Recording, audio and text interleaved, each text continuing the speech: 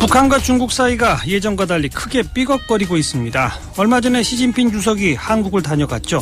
그런데 지난 1년 사이에 북한과 중국 사이에는 이 고위급 인사들이 서로 왔다 갔다 한 게 전혀 없다. 이런 게 상징적으로 말해줍니다. 자, 베이징 연결해보죠. 김선경 특파원. 네, 베이징입니다. 자, 북중 교류 정말로 그렇게 눈에 띄게 확 줄었습니까? 그렇습니다. 말씀하신 대로 이 고위급 교류가 지난 1년간 전혀 이루어지지 않고 있습니다. 지난해 5월에 당시 최룡해 북한 인민군 총정치국장이 김정은 제1비서의 특사 자격으로 중국을 방문했고, 지난해 7월에 리유안차오 중국 국가부주석이 북한을 방문했는데, 그 이후에 1년 동안은 양측에서 고위인사 방문은 전혀 없었습니다. 예, 물론 실무선에서 이 상호 방문과 교류는 진행되고 있지만 전례에 비춰볼 때 북중 교류는 확연히 위축된 모습입니다. 북중 양측은 주로 이 당, 정군 이 세 개 채널로 교류를 하고 있는데요. 1949년 중국 공산정권 수립 이후에 거의 매달이라고 할 정도로 이 세 개 채널에 부부장급 이상의 간부가 각각 한두 차례씩 교환 방문을 하는 교류를 해왔지만 최근에는 이런 모습을 찾아보기가 힘든 상황입니다. 그래요. 또 양측이 지금 북한에 미사일 발사 놓고도 날선 공방 벌이고 있잖아요. 그렇습니다. 지난 17일이죠. 유엔 안전보장이사회가 북한의 단거리 미사일 발사를 규탄했는데 중국도 물론 이 상임이사국 자격으로 이에 동의했습니다.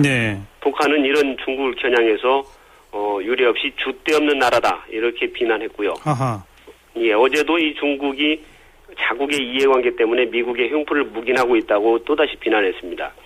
앞서서 지난달 28일에 이 시진핑 주석 방한을 앞두고도 대국주의자의 압력에 굴복하지 않는다면 중국을 우회적으로 비판한 바 있습니다. 과거와는 사뭇 다른 모습인데 그러네요. 최근에는 여러 사안에 대해서 노골적으로 중국에 직접 불만을 표하는 것으로 이렇게 전해지고 있습니다. 게다가 관심이 모아지는 대목이 중국에서 북한으로 원유가 많이 가지 않습니까? 근데 그게 그렇습니다. 이미 끊긴 것 아니냐 이런 얘기가 나오는데 이게 확인됐나요?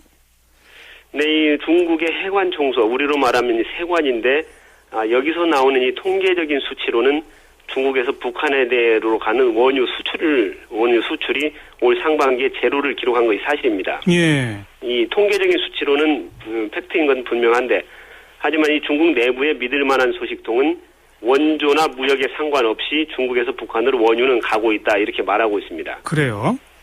통계는 나와 있다고 해서 이 끊긴 것은 아니고 원유는 가고 있다는 것인데요.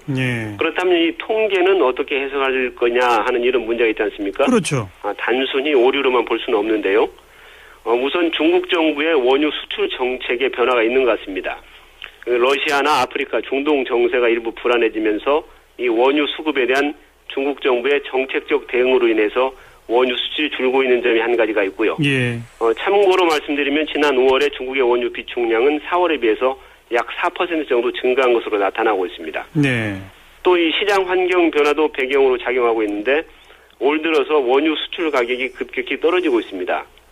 따라서 이 원유 수출 수익성이 크게 악화되고 있는데 당연히 중국 기업들도 전반적으로 원유 수출을 줄이고 있습니다. 또 북한 입장에서 보면 이 북한도 원유 수입국을 다변화하고 있는 것으로 보이고 또 에너지에 대한 석유 의존도를 줄이는 정책을 시행하고 있다고 이렇게 전해지고 있거든요.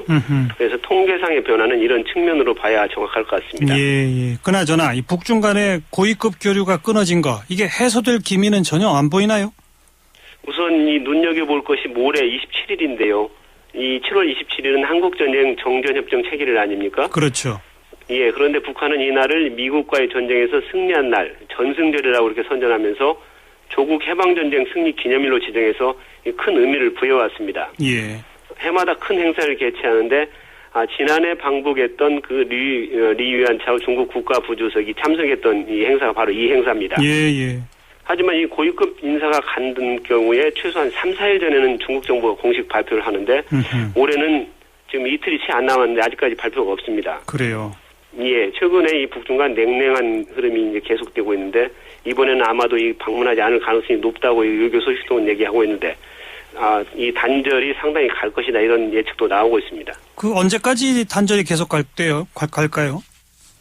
우선 그 배경을 이 관계가 냉랭한 배경을 좀 살펴보면 그 북중 양국이 현재 이 새로운 관계 설정을 하고 있는 이런 단계가 아닌가 하는 이런 생각이 듭니다.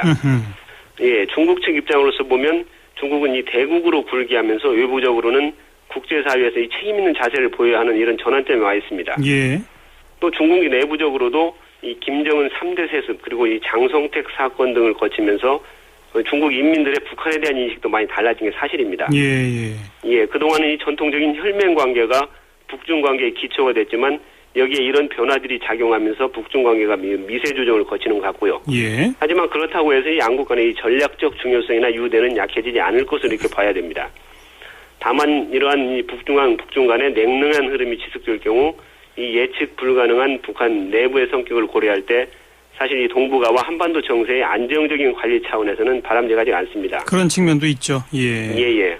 하지만 이 북한과 일본 간의 지나친 밀착이라든지 하는 이런 급격한 정세 변화는 사실 중국도 용납할 수가 없거든요. 예. 그래서 아마 멀지 않은 시기에 관계 복원은 시도될 것으로 이렇게 예상되고 있습니다. 예. 뭐 중국이 이렇게 냉랭하게 나오는 것은 또 나름 북한의 문제도 있는 거니까 북한이 좀 약간 변화했으면 하는 게 우리들의 바람이죠, 사실. 사실 중국도 그런 압력으로 작용하기를 대신 바라고 있는 것 같습니다. 자, 그건 그렇고 오늘이 청일전쟁 120주년 발발일인데 중국 내부 분위기 어떻습니까? 네, 중국은 사실 조용한 모습입니다. 이 정부 차원에서 어떤 뭐 기념 행사를 연다는 이런 소식은 들리지 않고 있는데요.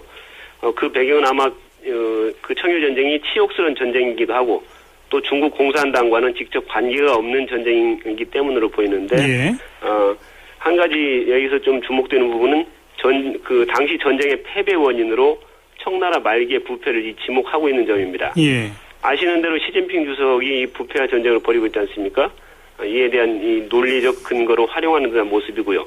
또 기념식은 하지 않지만 역사를 거울로 삼아서 스스로 강해지자 하는 이 내부의 목소리는 상당히 많이 들려오고 있는 상황입니다. 일본을 직접 비난하기보다는 자기 반성에 초점을 맞추고 역사의 교훈을 찾자 하는 이런 의도로 보이는데 근데 사실 우리 입장에서 보면 청일전쟁은 이 조선 한반도의 문명을 놓고 두 강대국이 한반도에서 전쟁을 벌인 거 아니겠습니까? 그래요. 예, 이 120주년이 되는 지금 이 역사가 또 되풀이되는 이런 양상을 보이고 있는데 우리도 청일전쟁 기념일을 맞아서 이 자기 반성과 역사의 교훈을 되새겨야 되지 않나 하는 이런 생각도 들곤 합니다. 네, 맞는 말씀입니다. 자, 여기까지 듣죠. 고맙습니다. 네, 고맙습니다. 베이징의 김선경 특파원이었습니다.